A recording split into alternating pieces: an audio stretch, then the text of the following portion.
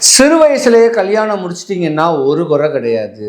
காலதாமதமா கல்யாணம் ஆச்சுன்னா ஒரு 27-31 வயசுல தான் கல்யாணம் நடக்கும். கல்யாணமே ஒண்ணு நடந்துட்டா கூட நீங்க சகஜமா 4 பேர்ட்ட அன்பா பண்பா அனுசரணையா பேசி பழகி இருந்திருந்தீங்கன்னா உங்க கணவர் உங்க மேல சந்தேக பேரணியில் இருப்பார். உள்ளேயே புகைஞ்சுக்கிட்டு இருக்கும். அது ஒரு நாளைக்கு வெளிவந்து கணவன் மனைவிக்குள்ள கருத்து வேறுபாடுல பிரிஞ்சிருப்பீங்க. அது ஒரு நேரங்காலங்கள் இருக்கு.